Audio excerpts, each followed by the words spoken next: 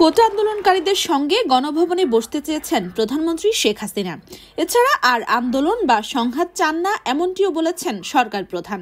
তবে সরকার প্রধানের এমন আহ্বান প্রত্যাখ্যান করে রবিবার থেকে অসহযোগ আন্দোলনের ডাক দিয়েছে কোটা আন্দোলনকারী শিক্ষার্থীরা। শনিবার শহীদ মিনার থেকে সরকার পতনের এক দফার ঘোষণা দেয় বৈষম্য বিরোধী কোটা আন্দোলনের সমন্বয়ক নাহিদ ইসলাম।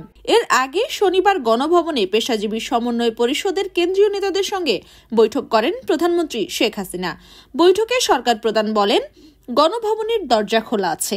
কোটা আন্দোলনকারীদের সঙ্গে আমি বসতে চাই, তাদের কথা শুনতে চাই, আমি সংঘাত চাই না। এছাড়া আটককৃত শিক্ষার্থীদের মুক্তির নির্দেশও দিয়েছেন প্রধানমন্ত্রী। একই সময় বিশ্ববিদ্যালয়, স্বায়ত্তশাসিত ও সরকারি প্রতিষ্ঠানে প্রস্তাবিত সার্বজনীন পেনশন তহবিলের প্রত্যয় স্কিম বাতিলের ঘোষণাও দেন প্রধানমন্ত্রী। প্রসঙ্গত, সরকারি চাকরিতে কোটা সংস্কারের দাবিতে আন্দোলন শুরু হয় জুলাইয়ের শুরুতে।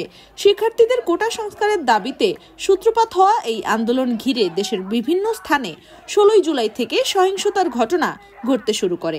এসব ঘটনায় সরকারের পক্ষ থেকে এখন পর্যন্ত 147 জন নিহতের তথ্য নিশ্চিত করা হয়েছে। যদিও বিভিন্ন গণমাধ্যমে এই সংখ্যা 2 শতাধিক বলে দাবি করা হচ্ছে। অন্যদিকে গত 13 মার্চ অর্থ মন্ত্রণালয় প্রত্যয় স্কিমে পাবলিক বিশ্ববিদ্যালয় সংশ্লিষ্টদের অন্তর্ভুক্তির প্রজ্ঞাপন জারি করে।